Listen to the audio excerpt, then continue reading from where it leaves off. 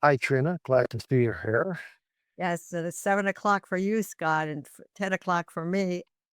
Sarah is still at her mother's village, and she's works in the garden sometime. And she's also at home in Nairobi, where she'll be going back to soon.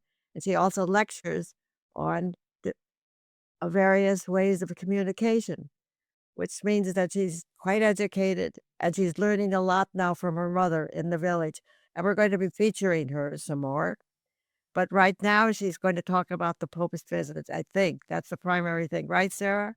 So to begin with, maybe I would say I'll pray for the soul of the late Pope Francis to rest in peace. He's among the best popes that I came to know because these other popes were there when I was still young. But at least during the reign of Pope Francis, I was mature enough and I could understand and follow up on most of the things that he was doing. Considering that I'm a Catholic, we would actually follow up on even some of the letters that Pope Francis would share to the church, like the encyclical called the Laudato Si. It's one of the books of the Pope that I read. And up to now, I would say I'm still using it among different groups of people. So I had never met the Pope as a person, but at least I was in communication with his books, in contact with his books, the Laudato Si and the Fratelli Tutti.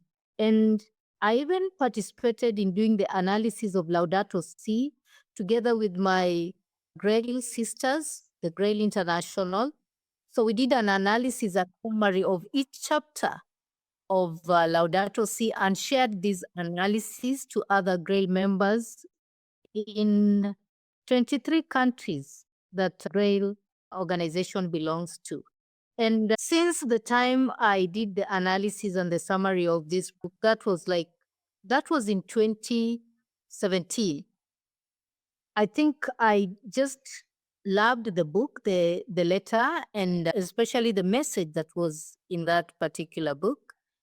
He was calling upon the Christians and the whole world to respond to the issues that affect the world today, to respond to climate change issues and environmental issues. And actually, his main aim of writing this book was to ensure that the poor in the world not suffer in the hands of those ones who manipulate the world. And his message was very clear that the moment we interfere with the world or the earth, we are interfering with the lives of the poor. He loved the poor, and not just by his words, but by his actions. When he came to Kenya in 2015, he was so specific. He wanted to touch the hearts of the poor. And he landed in Nairobi. Actually, everything came to a standstill. He was received by the church and by the state in Kenya as well. So the whole concentration during all the time that he was in Kenya was on him, and people wanted to hear from him.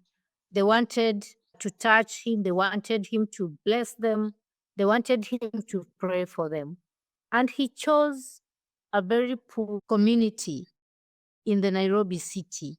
He went to a place called Kibra, and he also went to a place called Kangele. This is a place for the poor. Actually, if you go there, there are no even standard houses. Most of their houses are substandard houses. But when the Pope came, he chose to go and visit these places. And what even enticed people is that when he came, he did not use his private means to this place, but he used a public means. That was, I think, a very low way of handling himself and going down to the people, something that is not possible to so many people of his caliber. And when he came, the religious thought they would also talk about his book, Laudato Si. And that is the time they decided, all the bishops in Kenya decided to launch later the Laudato Si. Up to date, we are still using this encyclical letter in so many different groups, in church groups, even in civil groups. Actually, the whole of Kenya took this book. Even the environmental program, the United Nations Environmental Program has talked about Laudato Si. The offices of the United Nations Environmental Program is in Kenya. And when you go there is a room where they have the Laudato Si. And we even have the Laudato Si group in Kenya. These groups are trying to put into practice what is written in the encyclical of Pope Francis. So he's one person you cannot forget because of what he did, what he has written. His knowledge is still being used here. And this knowledge today is being shared to the young people. Last week on Saturday, it was on Saturday last week. That was on the 26th. The other week, before he was buried, young people in Kenya had a very big memorial mass for Pope Francis, and they lit a candle. Maybe I'll be able to share a small clip when I get the video. But all these kids, over 20,000 young people between the ages of 13 and 19, lit a candle to honor Pope Francis. And all of them prayed the prayer of St. Francis. This one of, let me make peace where there's no peace. Let me bring peace where there's no peace. Let me be the example of love where there's no love.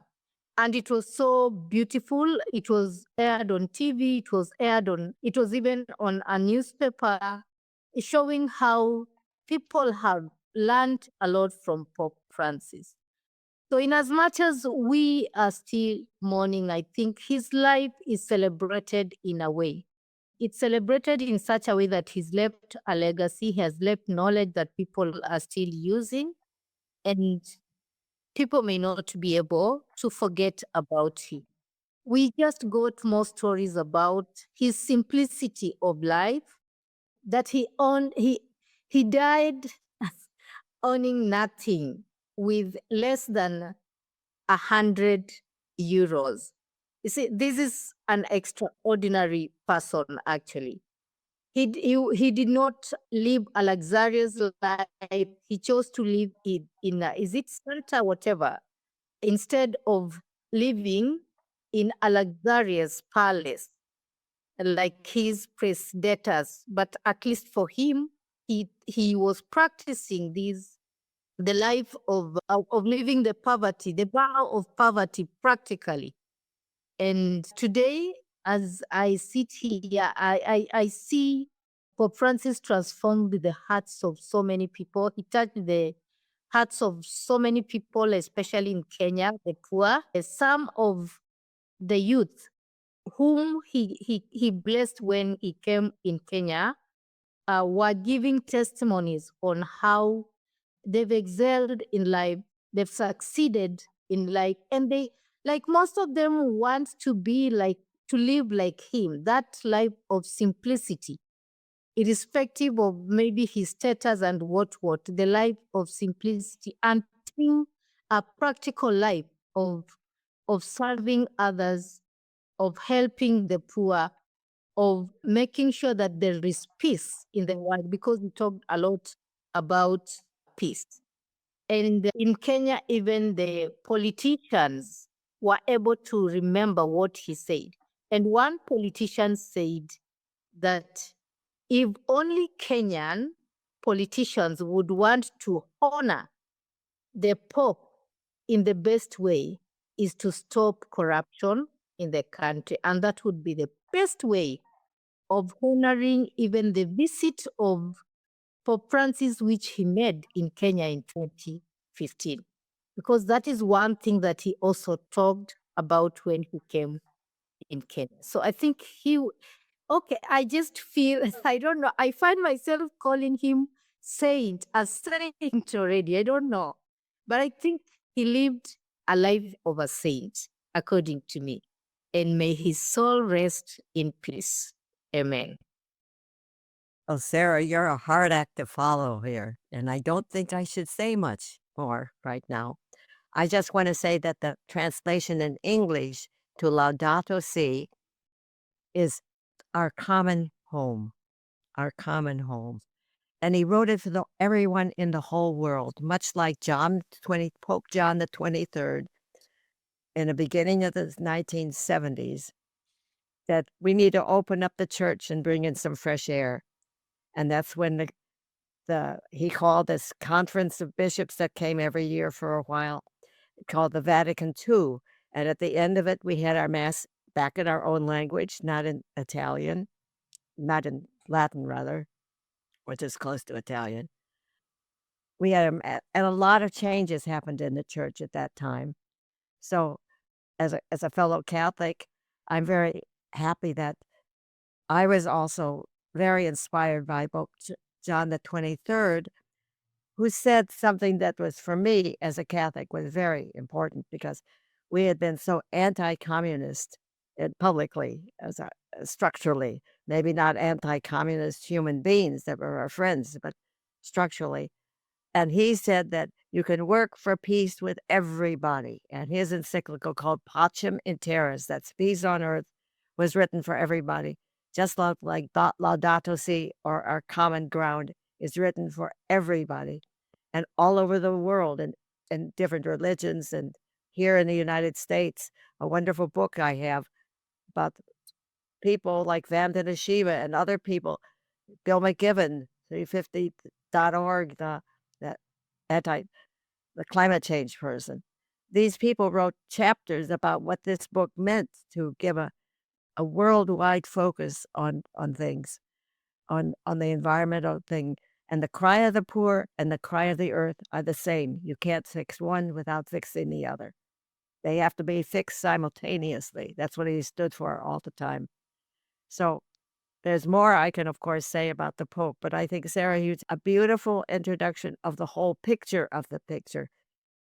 I want to just say that I have a couple of images about the resurrection, because he died then on the night between Easter night and Easter Monday morning, and Easter is all week, and in a way it's all 50 days. We're in the Easter season now. So these things and the images you see behind me Mary Magdalene reaching up to the Lord that she sees. She's called the apostle of the apostles because Jesus said, she thought he was a gardener, and she says, if you've taken him away, show me where you've put him, and I will take him away, as though she could carry this corpse away someplace. And he just said to her, Mary. And she reached up and he said, don't cling to me, because I have not yet risen to my Father.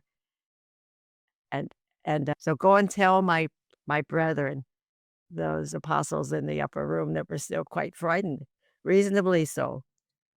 And so she and the other women went and told them that the Lord had risen from the dead. So we could show this beautiful video, but if you don't want to stay that long, you can leave us after I recite this from Gerard Manley Hopkins. It's an image of the resurrected Christ that I made personally. That's about this. It's about almost 3 feet tall. In a flash of the resurrection.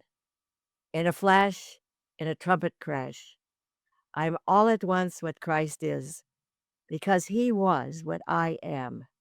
And this Jack, Joke, poor potsherd is immortal diamond, is immortal diamond. So we are called to this resurrection feast, and that's what this season is all about. And that's what I think the funeral and the hope of Francis, the humble servant of God, is about. So thank you very much for watching, and stay on if you want to watch the rest of it. Thank you. Thank you. Una persona sin techo que muere en la calle nunca va a aparecer en la primera página de los buscadores de internet o de los noticieros. ¿Cómo hemos podido llegar a este nivel de indiferencia?